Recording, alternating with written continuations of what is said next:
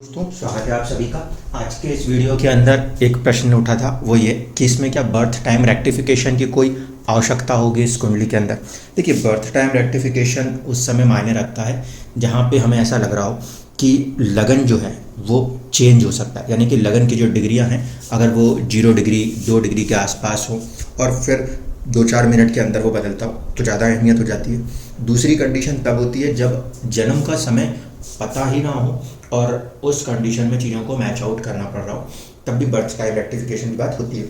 यहाँ पर क्योंकि जातक के पास जो समय अवधि है हॉस्पिटल की तरफ से ही मिली हुई है, तो जब टाइम ड्यूरेशन लिख के मिला हुआ है तो उसमें 5 मिनट आगे या पीछे करने के बावजूद भी लगन पे कोई भी परिवर्तन नज़र नहीं आया। लेकिन अब बात ये थी कि अगर कुंडली के अंदर स्थितियाँ जिस तरीके से दिखाई दे रही हैं वैसी बनी हुई थी, भाग्य में इतने सारे ग्रह बने हुए हैं, तो उसके बाद ज़िंदगी में संघर्ष ही क्यों लिखा हुआ है। तो मेजर कंसर्न, पहली चीज़ जो सभी से एक चीज़ बार बार बोलूँगा, ये मत देखिए कि कुंडली के अंदर ग्रह भाग्य में बैठा है तो अच्छा ही अच्छा होगा। ऐसा कोई श्योर पॉइंट नहीं है कि अगर कोई ग्रह भाग्य में बैठा है तो वो उसका भला करेगा। भाव बिल्कुल अलग चीज़ है और ग्रह है जिसे कि काम करना है। भाव कांस्टेंट है, भाव में राशि का अपना प्रभाव कांस्टेंट है।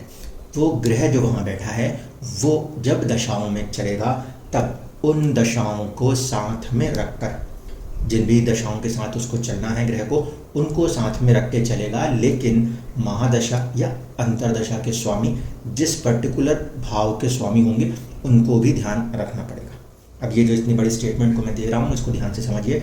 कभी भी इस बात से एकदम से उत्साहित नहीं हुआ जाता कि कोई ग्रह मुझे पंचम में मिल गया है कि लगन में मिल गया है या नवम में मिल गया है। वहाँ पे उसकी ग्रह की स्थिति देखी जाती है और कुंडली के अंदर भी सबसे पहले ये मेक श्योर करना पड़ेगा कि कहीं कठोर भाव यानी कि 6, 8, 12 इन भाव के स्वामी अत्यधिक बलवान तो नहीं हो रहे हैं। अगर हो रहे होंगे तो मान के चलिएगा कि जीवन के अंदर संघर्ष की स्थिति अवमन बढ़ी हुई रहने वाली है। अब इस कुंडली के अंदर आते हैं। सबसे पहली कंडीशन लगन से देखते हैं, फिर एक बार चंद्रमा से भी देखेंगे। लगन कुंडली को अगर देखेंगे तो जो पहला भाव है खाली, चौथा भाव जो है खाली, फिर सप्तम भाव के अंदर शनि और दसम भाव के अंदर मंगल की मौजूदगी, यानी कि जो केंद्र भाव है इसके अंदर शनि और मंगल की मौजूदगी जीवन में कठोरता, हार्डशिप को दर्शाती है। तो पहला नियम यहाँ पे लागू सीधे सीधे होता है। भले ही वो ग्रह अच्छे भाव का स्वामी हो या बुरे भाव का स्वामी हो, लेकिन उसका जो नैसर्गिक फल है उसको बदला नहीं जाता। हाँ, जब वो अपनी दशाओं में आएंगे तो शुभ भाव स्वामित्व के कारण शुभता दिखा देंगे, अशुभ भाव स्वामित्व के कारण अशुभता दिखा देंगे। परंतु जब हम बात कर रहे हैं नैसर्गिक रूप से ग्रह कैसा है, सौम्य है या कठोर है, तो शनि और मंगल दोनों ही नैसर्गिक रूप से कठोर ग्रह हैं। जब भी जीवन में दशा आए या ना आए उसकी तो कोई चर्चा नहीं, सीधी सी बात है। केंद्र के अंदर यदि कठोर ग्रहों ने स्थान बनाया है तो जीवन में कहीं ना कहीं चुनौतियां, हार्डशिप्स रहने वाली थी। अब दूसरी कंडीशन देखिए, कहीं ना कहीं मंगल का उच्च राशिस्थ होना, फर्स्ट हाउस लॉर्ड का उच्च राशिस्थ होना स्वास्थ्य के लिए तो भले अच्छा कह सकेंगे, लेकिन अष्टम का स्वामी होकर उच्च हो जाना जीवन में बहुत ज़्यादा संघर्षों को और स्टेटस को लेकर, स्पेसिफिकली 10th हाउस में बैठा है तो स्टेटस को लेकर देरी और अचानक के तत्व और उसमें भी साहस पराक्रम वाली परिस्थितियाँ उत्पन्न होंगी। पहला नियम। दूसरी बात है, शनि की मौजूदगी जो है वो सप्तम भाव में है और इस लगन के लिए शनि कोई योग कारक ग्रह नहीं है, पहली चीज़। दूसरी बात, क्योंकि ये चर लगन है, चर राशि लगन में आती है, तो ऐसे स्थिति में 11वें का स्वामी जो है वो बाधकेश हो जाता है। तो उस प्रभाव के कारण उसका उच्च हो जाना जीवन में और भी ज़्यादा चैलेंजेस को क्रिएट करने में सक्षम हो जाएगा, क्योंकि बाधकेश प्रभाव लिया हुआ ग्रह भी यहाँ पे बलवान हो रहा है। अब तीसरी कंडीशन वो ये कि यहाँ पर छठे भाव का स्वामी वो कहीं ना कहीं जाकर कनेक्ट हो गया है भाग्य से, और भाग्य से उसके कनेक्ट होने के कारण भाग्य भाव जो है, ध्यान से समझिएगा, भाग्य भाव जो है वो कहीं ना कहीं बहुत ज़्यादा चैलेंजिंग हो गया है। क्योंकि मैंने बहुत पहले भी अपने वीडियोस में कहा है, कुंडली में जिस भी स्थान पे जाकर आपके कुंडली का छठे भाव का स्वामी, कहाँ से, लगन कुंडली से छठे भाव का स्वामी जहाँ भी जाके बैठेगा उस जगह की चीज़ों को सबसे ज़्यादा इफेक्ट करेगा। जितने ग्रहों के साथ वो संबंध करेगा उतनी ज़्यादा चीज़ें इफेक्ट में आएंगी, क्योंकि हमारे भाग्य से ये 10वां घर होता है और हमारे लिए एक प्रकार से हमारा प्रारब्ध कर्म बन जाता है। तो वो फैक्टर इफेक्टिव को अगर हम देखें तो कहीं ना कहीं यहाँ का 6th लॉर्ड 9th में गया। अब ये 9th में गया तो अच्छा रिजल्ट करेगा ऐसा नहीं कह सकते, क्योंकि 9th के अंदर जो योग बन रहे हैं वो किस तरीके से बन रहे हैं उसको देखिए। सबसे पहली कंडीशन, चंद्रमा को यदि यहाँ पे बिठाया जाए तो चंद्रमा अपने भाव से 6-8 के संबंध में जाके बैठा हुआ है। तो भले यहाँ चंद्रमा भाग्य में बैठा है, लेकिन मैं अगर बोलूँ 4th हाउस से मन के सुख शांति के लिए, और लगन कुंडली में क्योंकि 1 नंबर से बन रहा है तो भी 4था भाव क्योंकि चंद्रमा के अधीन आता है, वहाँ से भी यानी अपनी राशि से भी और कारक भाव से भी कारक की स्थिति जो है वो छठी हो रही है। यानी कि कहीं ना कहीं मन में किसी न किसी बात का दुख, प्रॉपर्टी वाले संबंधित चीज़ें हैं तो लड़ाई झगड़े, ऐसी स्थितियों में फंसाने का काम कर देगा। और वो भी क्योंकि भाग्य में बैठा है तो भाग्य से ही परेशानियां पैदा कर देगा, यानी कि अपने आप से ही ऐसी चुनौतियां जीवन में खड़ी कर देगा। इसके बाद देखिए शुक्र की स्थिति को देखा जाए तो शुक्र ये 2nd हाउस का स्वामी है, यहाँ से इसकी प्लेसमेंट 8वें घर में चली गई। तो जो संचित धन का भाव है वहाँ से 8 हो गया, मतलब कि डिले का फैक्टर ले लेगा, प्लस वैवाहिक जीवन का स्वामी और कारक होते हुए ग्रह अपने से 3 भाव आगे बैठा है, यानी कि वहाँ भी पराक्रम, वहाँ भी चुनौतियाँ परेशानियाँ दिखाने लगेगा। इसके बाद शुक्र की दोनों ही राशियां पाप प्रभाव में हैं, एक तरफ शनि की मौजूदगी, एक तरफ राहु की मौजूदगी, इसलिए 2 कठोर पापी ग्रहों का प्रभाव लेकर शुक्र भी बुरी तरह से पीड़ित अवस्था में इस कुंडली में आएगा। जब शुक्र खुद पीड़ित अवस्था में होकर जाके यहाँ बैठेगा तो फिर भाव में पीड़ा प्रदान करने की कोई ना कोई चेष्टा आवश्यक रूप से करेगा। तो यहाँ पे शुक्र का कॉम्बिनेशन भी इस भाव से देखें तो बहुत अच्छा नहीं है। संचित धन के भाव से 4थे भाव का स्वामित्व वाला ग्रह देखें तो वो अपने से षडाष्टक हो रहा है। इसके बाद अगर हम देखने जाएं तो कॉम्बिनेशन क्या बनता है, बुध का कॉम्बिनेशन बनता है। बुध कहाँ से आए हैं, एक तो छठे भाव का स्वामी अपने से 4 घर आगे सुख भाव में बैठ गया, ठीक है, और दूसरा पराक्रम भाव का स्वामी होकर वो अपने से 7 में बैठ गया। तो ऐसे स्थिति में बुध की प्लेसमेंट तो ठीक है अपने 1 भाव से सुख में, लेकिन 1 भाव से 7 में, तो वो क्या पॉजिटिविटी दिखा रहा है, नहीं दिखा रहा। वो ये दिखा रहा है कि जीवन में स्ट्रगल काफ़ी ज़्यादा बढ़ जाएगा, प्लस 6ठा भाव जो कि संघर्ष है वो संघर्ष का स्वामी अपने से सुख में चला गया, तो इसकी वजह से भी और ज़्यादा स्ट्रगल लाइफ के अंदर आपको देखने को मिल रहा है। अब इनके बाद अगला योग फॉर्मेशन को रीड करने की कोशिश करें तो वो बचता है गुरु। अब गुरु यहाँ पे भाग्य का स्वामी है, भाग्य का स्वामी त्रिकोण का स्वामी माना गया। अब त्रिकोण का स्वामी का संबंध एक तरीके से यहाँ पे शुक्र के साथ बनता है और चंद्रमा के साथ बनता है। तो चंद्रमा और शुक्र के साथ जो संबंध यहाँ बन रहे हैं उसको देखकर आपको ये लग सकता है कि ये कोई राजयोग जैसी स्थितियां बन रही हैं, केंद्र त्रिकोण का राजयोग। लेकिन राजयोग बनाने के लिए वो ग्रह जिन भावों के फल देने की कोशिश करेगा उनसे ही उनका संबंध ठीक नहीं हो रहा।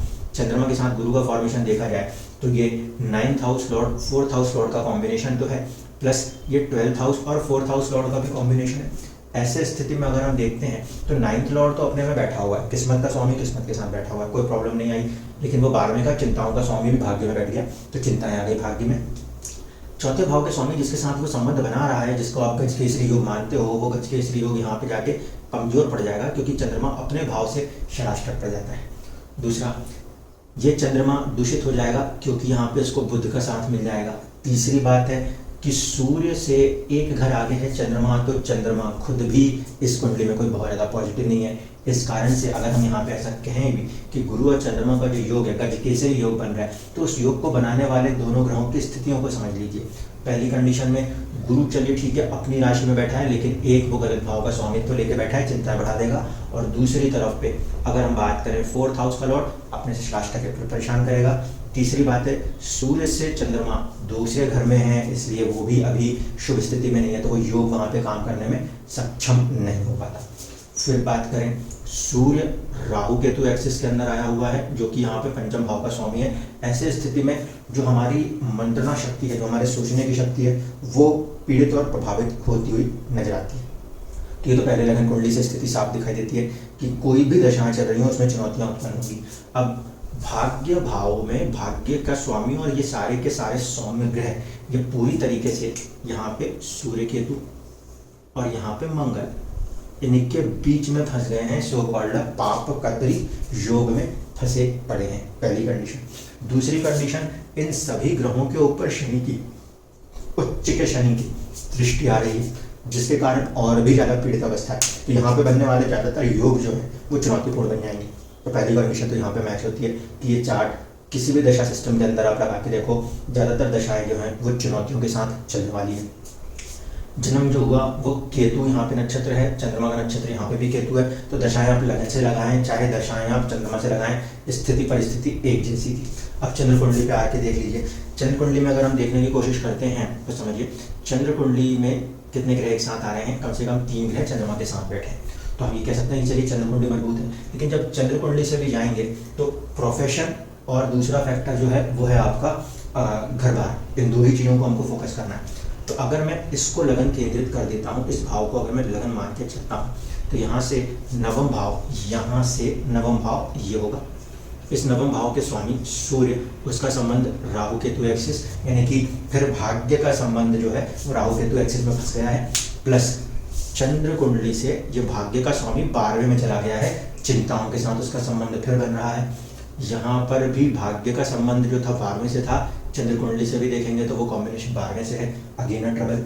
इसके बाद चंद्रमा से नेक्स्ट घर जहाँ पे हम प्रॉपर्टी को देखेंगे उसके अंदर 12वें का स्वामी होकर मंगल जो है वो आके बैठा हुआ है, जो कि चिंताओं को दिखाएगा। प्लस पॉइंट क्या है, पंचम भाव का स्वामी होकर मंगल वहाँ बैठा है, उतना प्लस है, लेकिन 12वें का स्वामी और ये केतु का अधिष्ट ग्रह होकर बैठना ये अगेन चैलेंजिंग होने वाला है।